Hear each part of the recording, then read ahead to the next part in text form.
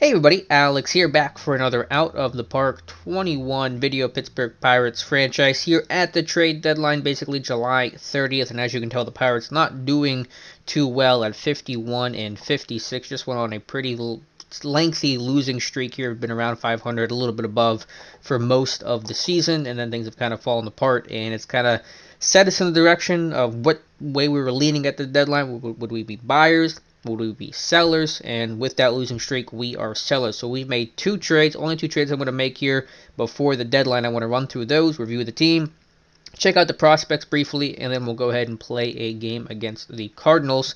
So first trade we made here was trading away Keone Kela.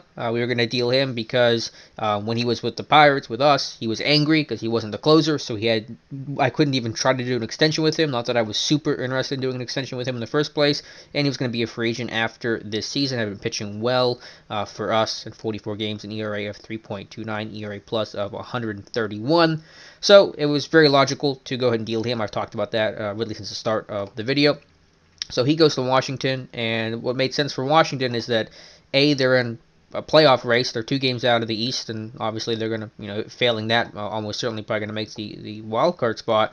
So they're buyers, so that makes sense. And their bullpen had been struggling a lot. They lost Ken Giles. They've had a lot of injuries in the bullpen. They're 13th in bullpen ERA. So it kind of made sense on a lot of levels. A very logical trade to make here, sending Kela to the Nationals. In return, we got 3 guys here. The centerpiece of the deal is catcher Trace Barrera, number 9 prospect in their organization, I believe. Never going to be an all-star, but again, in my Moneyball mentality, good eye discipline, good avoid K, really strong defense, high work ethic, low leader, unfortunately, but not a big deal. And had been doing well with the Nats. He was in AAA. He was in started the year in AA and was killing it. Got bumped to AAA. Didn't have quite the same success. That's to be expected. And now he's with us in AAA Indy. So someone that I envision maybe a call up later this year. More likely, probably the backup to Jacob Stallings in 2021.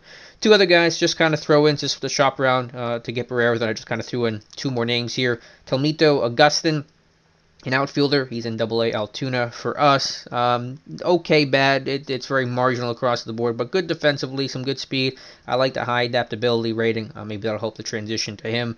A slow start so far in AA. He was in high A ball, and one frustration with this game is all these 23-year-old, 24-year-olds are in high A ball, and I wish these guys were higher up in level to better evaluate them, but he was doing pretty well down there. So just taking a flyer on it. I think it's a free agent maybe after the year, so hopefully be able to re-sign him. If not, oh well. And then just a real last-second throw, and I got another reliever, Frankie Bartow. He is in high A ball. I should probably bump up after my rant about what I just said about the game, putting guys on high A ball at 23. But another high work ethic player. The metrics here are pretty just unremarkable. Was doing okay in high A ball, not great, but just someone to throw in, really a flyer. I'm not expecting this guy to make any sort of contribution, but I kind of threw him in there, added him into the deal in the last second. Other deal we made was 2 days later, and this was not really one I expected to make, but one I just kind of decided to throw in there, if I can find it, and it was with the Padres, because they were also going to be buyers at the deadline at 68 and 41, so it made sense as some backup infielder help as they get JT Riddle, now a San Diego Padre. I did have team control for him. He's arbitration eligible, but his arbitration estimate was $4.2 million, and I wrestled with this decision, but what it came down to was I just didn't see Riddle replicating the production he had. With us, you see here he was hitting 283, 323 on base percentage, 118 OPS plus, 823 OPS. Like the numbers here just don't tell me he's going to be able to repeat that. You look at his career success in the majors. You see it here. He hit 189 last year. 231 was his best year prior. Or really, I guess maybe his first year with Miami. I just didn't see him really getting anywhere close to these levels again, and then I have to pay $4.2 million for likely regression. He really just was punching above his weight here. A good player, did well for us, but now that we're sellers, I'll show some of my call-ups here in a second. It just doesn't make a whole lot of sense to risk that, and I thought I could try to get something for him now when his value is probably going to be at its peak. What I got in return was a potential closer, David Bednar, almost traded with Baltimore for Zach Pop. Doesn't matter, though, because I decided on Bednar. who hasn't had a ton of success, but I like the numbers here. Good fastball, curveball, splitter, 3 strong pitches here. Stuff is decent. The movement is really good. The control's not bad either. Throws pretty good heat. So he's in AAA with us. He was in AA with the Padres and had a lot of success. Was with them in 2019 and had a lot less success, but I would think that's a good option, especially after trading Kela away to get another bullpen arm with San Diego. Made sense. And then a throw in as well, Alan Cordoba, who's in AAA at 24 years old. Never going to be strong with the bat, but the eye in the avoid case especially was decent for what I could get. Good speed, going to be versatile, can play infield, a lot of versatility, and the outfield range is there as well, so he might become like a super utility backup kind of guy that will probably be with us in spring training. So those were the 2 deals I made. I could look around the league here briefly at some of the other transactions and trade logs. Let me find a way to pull that up, and then I'll show you guys what the rest of the MLB's been doing. Okay, here's the trade log. You can pause the video if you'd like. I'm not going to go through, obviously, all of these, but it's been pretty active so far in terms of the deals. So if you want to pause the video, you can just kind of see who's all been traded where. To the team itself, I want to start with injuries, and we've been hit pretty hard. Unfortunately, the minor league system is really been rocked, but that's predictable. My injury setting's on normal, and that's, I think, realistic, so I'm not mad about that. We lost Josh Bell to a hamstring strain last week. Now, he had still been struggling mightily, so it's not as bad as it could have been. It's not like he was having some sort of fantastic season. You see the numbers there, hitting .222, only 10 home runs, so just a really disappointing year for Josh Bell, and the injury doesn't really do any favors. Kind of encapsulates how bad of a year it's been for him. Chris Stratton went down, but he had been pitching terrible. He got yanked from the rotation. Tyone's still recovering from Tommy John. Just had a lot of injuries. Some guys have just come back. We've got some guys with some day-to-day stuff. You see Trevor Williams here. Michael Felice has been battling an injury. So a lot of injuries. Not going to use that as an excuse. Not the reason why we're falling apart, but it certainly has not helped. Just going to do an overview for the batting stats. I won't go through everything player by player because we've already looked at these guys before if you watch previous episodes. So you kind of already have an idea of who's done well and who isn't. Brian Reynolds, Moran. Thought about dealing Moran at the deadline. Couldn't really get anything for him, so I'm happy with him being the backup next year. Kevin Newman has had a really strong year, so I'm excited with him going forward. The one big new addition to the team, you might see it here at the bottom, Ke'Bryan Hayes. We had called up Ke'Bryan Hayes, our top prospect.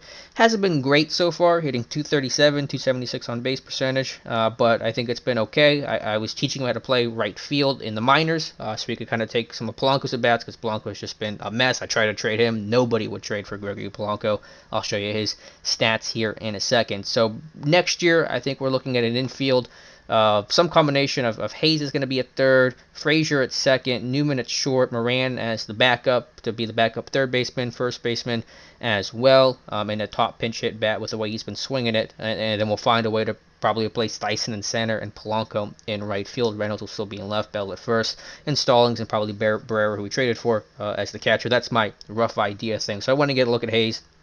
And maybe I'll edit this clip in. I'll find out if we do it or not. Of him, Hayes, hitting his first home run. If I go back and find the highlights, I'll edit that in. Or if not, we'll go ahead and move on. But I was excited to call up Ke'Bryan Hayes and get my top prospect into the major leagues.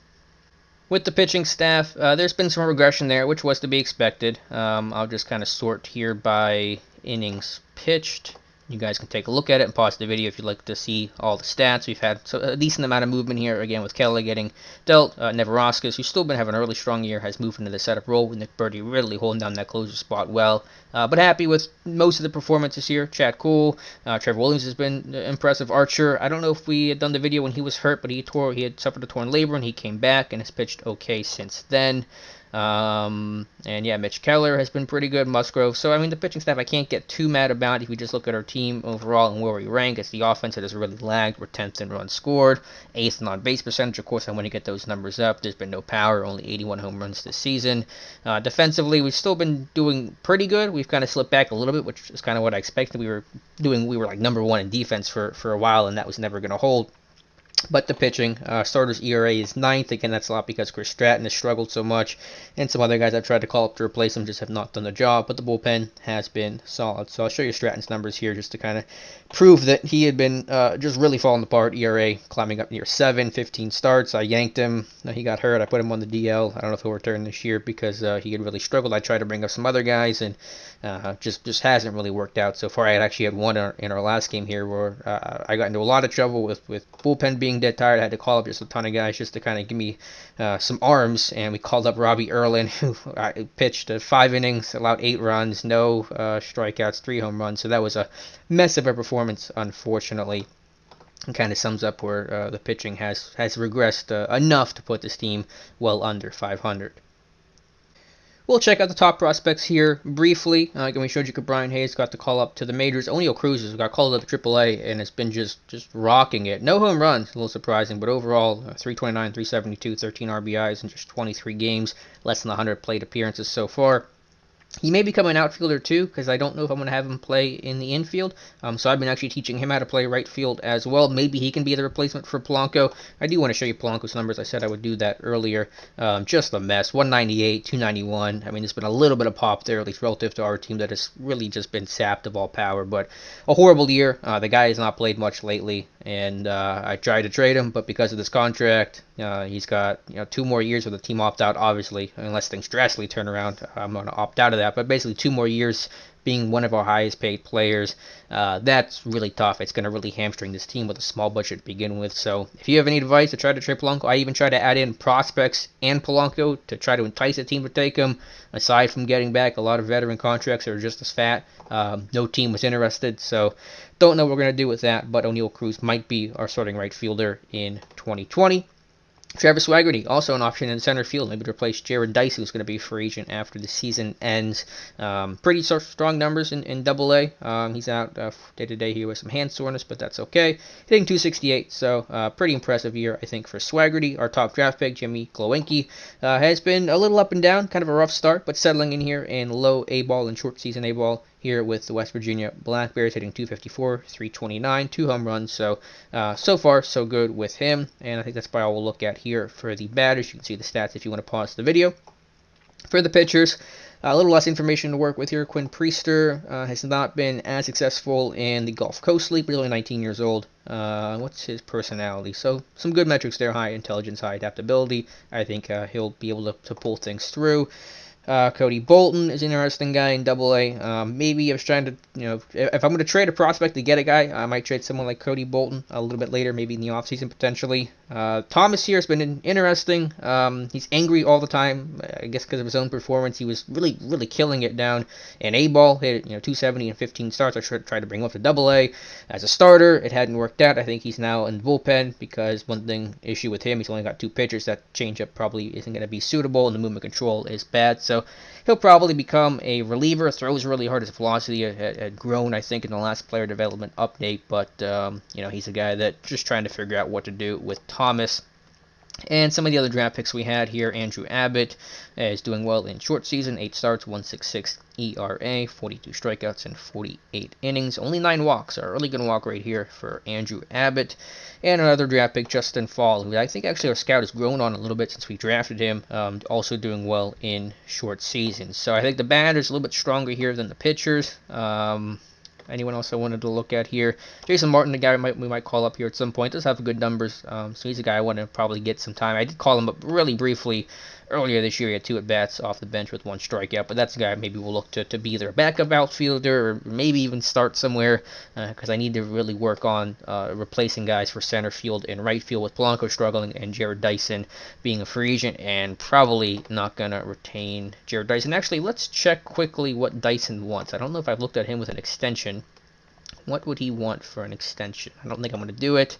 Well, he wants $1.3 million. We'll see on Jared Dyson. He may come back as a backup and good wheels as a pinch runner. So, what do we want to do next? Let me figure out what I want to do next here. Maybe jump into our next game against St. Louis. And if that's the direction I want to go, I will sim there. And I'll come back in a second. By the way, before I jump into our game here against the Cardinals, I did forget to show this in my last video. If you're following the series, I appreciate it. Garrett Cole was hurt in that one video against the Yankees where he just blew him out 12-0. He had shoulder inflammation, had missed 7 weeks, so he should be coming back maybe soon. I don't know if he had a setback or what. Doesn't show anything here, but that was the injury there with Garrett Cole in that start where we absolutely just destroyed the Yankees. So if you were wondering and wanted to see what the injury was, there you go. All right, we're going to jump into our next game here on the 31st and play St. Louis. Check out the starting lineups here against St. Louis. He's probably going to be battling the Cubs here to win the Central. Adam Wainwright, the pitcher we're facing today. He's done really well this year. Numbers don't really support it. Not really throwing a lot of heat, but hey, the dude has been really solid and productive. So let me jump into the game. Let me change the settings here quickly, and we'll begin at PNC Park to take on the Cardinals. Alright, taking on the Cardinals. Chad Kuhl on the hill for the Pirates, as I said, has had a pretty impressive year. Go ahead and get this game started. I'm not too worried about winning and losing anymore, because like I said, we're 51 and 56. We weren't going to make a wild card spot. The only way to win this was to win the Central, but we had just fallen too flat. And we'll just kind of see what happens here, and whatever happens, happens. And as we fly out to Dyson here to begin the game. So let me know what moves you think I should make for the offseason. Our next video will be kind of end of season wrap up, a preview to the offseason. Then we'll go through the offseason myself, and I'll kind of recap that in a later video. But let me know what positions you want to upgrade. I definitely, like I said, want to look at outfield. Starting pitching, I think I'm okay. I think I'm okay with the infield, but definitely, that outfield, center field, right field spot are the areas that I'm going to look to address with the team, either in-house, maybe some small free agency moves. A lot of guys are arbitration eligible, so I'm going to have to work through all of that as Bryan Reynolds gets the first hit for the Pirates into left field. Reynolds has been really solid this year. Maybe I shouldn't have had him as the leadoff guy. I don't know, but he was getting on base so well. I just really was impressive, as Newman should move him over, and that'll be the first out, so at least that moves the runner over for Jacob Stallings, who's continued to impress this season. I don't know if he'll be able to keep that up, but as I say that, should drive in that run for Reynolds. And the Pirates, thanks to a Jacob Stallings double, get on the board early, 1-0. So good year for Jacob Stallings. Colin Moran, been swinging a hot bat. Just worry about that defense, and that's why I kind of want him as the backup, and just a really good backup who can also be a strong pinch hitter. He's done well in that role this season. As Frazier off the plate, first pitch swinging. That's going to get through. Stallings is slow. I might not send him here, but the game's going to send him. Oh, the animation I think got a little weird. It's a lot going on here. It's an error. I didn't even pay attention there. But either way, it's a run. Pirates up 2-0. I seem to have success when I play these games out. Not as much when I sim. So maybe I should play every single game. As Osuna's going to go out to the notch. And Osuna, we had called up because of Bell's injury. Wanted to kind of give a look at Jose Osuna, and he's going to drive in Adam Frazier. So the Pirates, early, very surprising, but I'll take it. Go up 3-0 with Ke'Bryan Hayes, the rookie, having a decent start to the year, and that's going to help his cause. And Osuna, not the fastest runner, we're going to send him because why not? And the animation gets weird, but Osuna scored, and Hayes, I think, is on second. And the Pirates are up 4-0, so really taking it to Adam Wainwright here early. Again, I have some weirdly good luck playing these games. I wish I had that kind of luck when I sim. Dyson grounds out the second, and the Pirates get a 4 spot in the bottom of the first, and they're up 4-0. So hopefully Kuhl here can just keep things calm, and nope, he will not. And that one's going to get out, I think, and it will. And it's 4-1. So as I say that, Kuhl gives up a home run. Hopefully the game audio sounds better. I've been tweaking those numbers. Hopefully it's there. And the shift is not going to work. And Kuhl gives up a homer and a single to start. So St. Louis looking to get some runs of their own. At least Kuhl gets a strikeout on the full count. 2-2. Another strikeout. So Kuhl finding his footing here against Matt Wieters. With 2 away, runner on first. And Stallings not going to get him. Stallings has done a nice job throwing out runners this year, but Bader, not great speed, but we'll just try to get the out here on Waiters. 0-2 count. Strikes him out, so not worried about Bader stealing second. And while the Cardinals get a run, Pirates are still up 4-1. We'll just swing away with Kuhl. Pitchers, actually, I should show this number, and it's cool. Our Pirates pitchers have been raking this year. I mean, everybody's doing all. I think Trevor Williams is hitting 250 this year. I mean, he's played, he started almost every single game, so it's been crazy to see how well the pitchers have been doing. And banned the DH, and Bryan Reynolds just having an awesome year. Really picked up the second half of the season. He's going to hit a double. Kuhl's going to hold at third, which is a good idea. I don't want Kuhl trying to run in hard. And so Newman, chance here to really break this one open, swinging on a 1-0 count.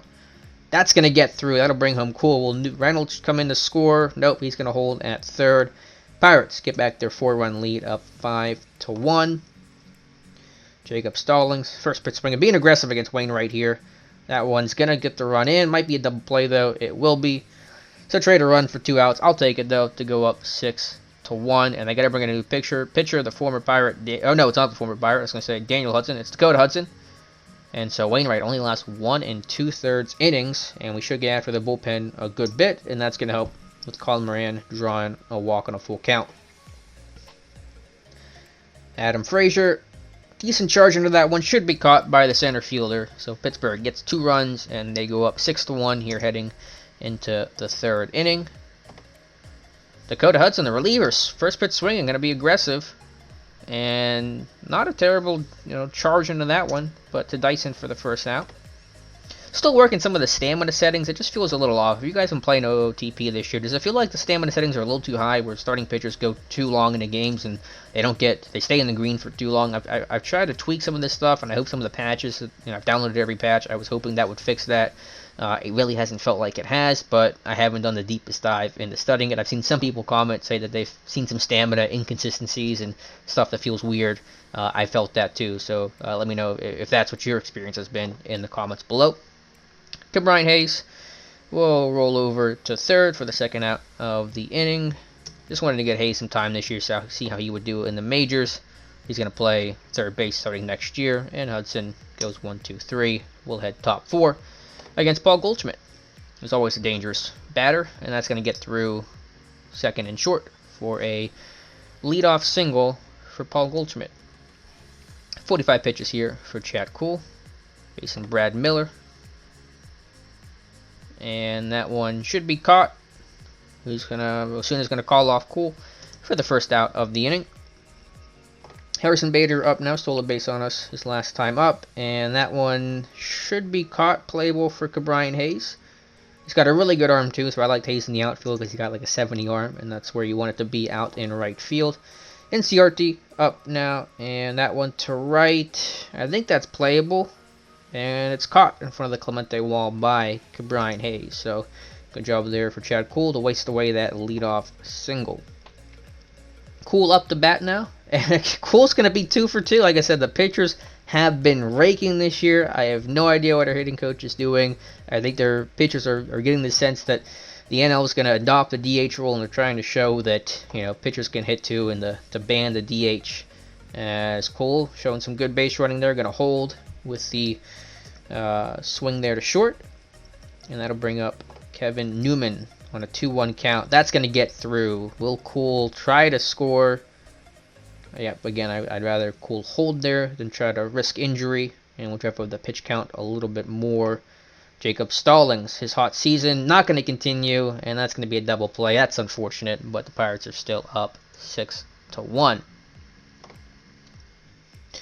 So hopefully you guys enjoying the series so far. Is there anything else you want to see, something I haven't shown or done? Please let me know in the comments below. And as we motor in here, the 5th inning, 2-0 to Wieters.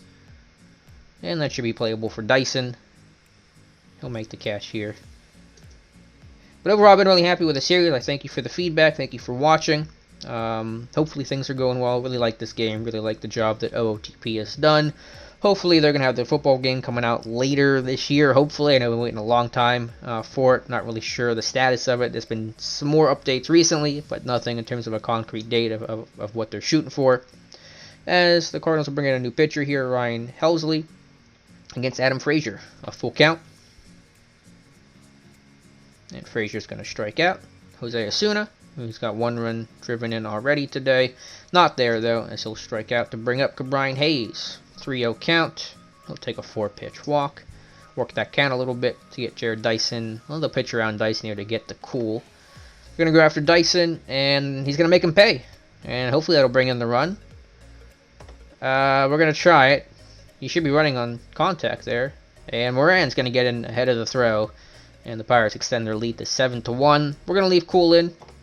See what he can do. He's got 2 for 2 already, but not 2 for 3. But that's okay. Up 7-1. Pitch count of 57. Our bullpen has been tired and injured and just the whole kind of mashed unit the last 2-3 weeks. So we're going to leave Kuhl in as long as possible. Although I think we did have a day off yesterday, so we can always go to the bullpen if we need to. And as I say that, Kuhl's giving up back-to-back hits to start the top of the 6th. So hopefully the game doesn't freeze. Let's get somebody warmed up here Gonna go ahead and get Amir Garrett warmed up. And yeah, Cole is starting to lose it, I feel like. Oh man, facing Brad Miller. Let's go out there and talk to Chad Cole. Says he's not tired, but he's not pitching well. That's all that matters right now. 2-2 to Miller. Get the double play, hopefully. Oh, only the second. I was really hoping to get a double play there. So it's 7-2. Runners on the corners against Harrison Bader. Stallings, no chance to get him. So we do have an open base here against Bader, but I don't think Cole's going to have the control to pitch around. 0-2 count though, and that's a strikeout. What do we want to do here against Inciarte? I think that's how you say his last name. Should we leave Cole in to do it, or do we bring in Amir Garrett for the lefty-lefty matchup? The splits here hitting 309 against righties, 221 versus lefties. Oh, what do we want to do here? These are the decisions that I get paid for. We're gonna let Cole pitch. We're gonna let him try to get this one out here. First pitch swinging, and that's gonna be rolled over to second. And Chad Cole gets out of it with only 1 run allowed. I will definitely take that. We're gonna sit Garrett down for the moment and let Brian Reynolds swing away. So yeah, just not the year for the Pirates. I think, we were floating around 500 virtually the entire season, but I just don't think we were exactly that good to be a 500 club this year. And so we regress, but hopefully get a better draft pick, I suppose, because of it. And still bringing in a new pitcher, Gant, to face Stallings on a full count. And that's going to be a walk for Jacob Stallings. Bringing up Colin Moran here. 7-2, Pirates lead, bottom 6. And Moran quickly retired, and we'll go to the 7th. Yeah, just with the stamina, I don't know, 74 pitches. I feel like he should be more towards the yellow. It just does not feel where I want it or need it to be. As Cole is going to walk the runner. Let's get Garrett warmed up now, and I think Cole's day is going to be pretty close to done here. Facing Weeders, does get the strikeout, so he's trying to battle. Bringing in a pinch hitter. We'll go let Cole pitch here. And he gets a strikeout, so 7 strikeouts for Chad Cole. Do we want to bring him in against Colton Wong? That's the question. Wong is 1 for 3 today, having a really strong year. We did it last time, and we'll let Cole try to go 7 here. 0-2 count to Wong, and he gets a strikeout, so living a little dangerously here. That's going to be it for Chad Cole, though. I think that's a good outing for him. And we'll go to the bullpen, probably with Amir Garrett after this. Or do we want to bring in somebody else? I mean, Feliz has got an injury. We'll try to go Garrett, and then Neverask is here to close things out. That's kind of my game plan here for the next 2 innings. As Adam Frazier will lead off for the Pirates. And that one fly out to center field. Osuna now against the new pitcher Kim. 2-1 count. And Osuna is going to put a decent charge into that. Should be playable and caught, I'm thinking, at the track. And it is. So close, but no cigar for Jose Osuna. Let's get Garrett warmed up. He's ready. And Brian Hayes, pretty quiet day. Minus a walk. And the day's not going to get a whole lot louder, though. Can he beat this one out? I think he will. No. He's not going to beat it out. And there was an injury, potentially, but he's all good. So, 7-2 Pirates lead here in the 8th. We're facing a switch hitter. Did he just switch back to the other side there? Can you do that? I think he's got to be able to be in place there and can't switch sides once he declares. But that's alright. That's a really boring point I'm making. As Garrett gets the first out to face Goldschmidt. And that's going to be a 4-pitch walk. Yeah, that's not great. Now facing Miller. Oh, Amir Garrett. Please don't get wild with the control. That's less than ideal, my dude. Some of these guys aren't super tired. Now we're going to go and try to get a couple guys warmed up here with Brubaker and Wayman. Come on, Garrett. Pull it together. Let's not make this one interesting. He gets a strikeout. One more against lefty, Inciarte. 0-1 count. To second. And Garrett dances out of trouble, as the Pirates have done for the last several innings. And they still lead 7-2. We're getting Neveraskis going here for the top of the 9th. The setup man, Birdie's a little tired, 7-2 lead. We don't have to bring in the closer for this. At least hopefully we don't have to bring in the closer for this.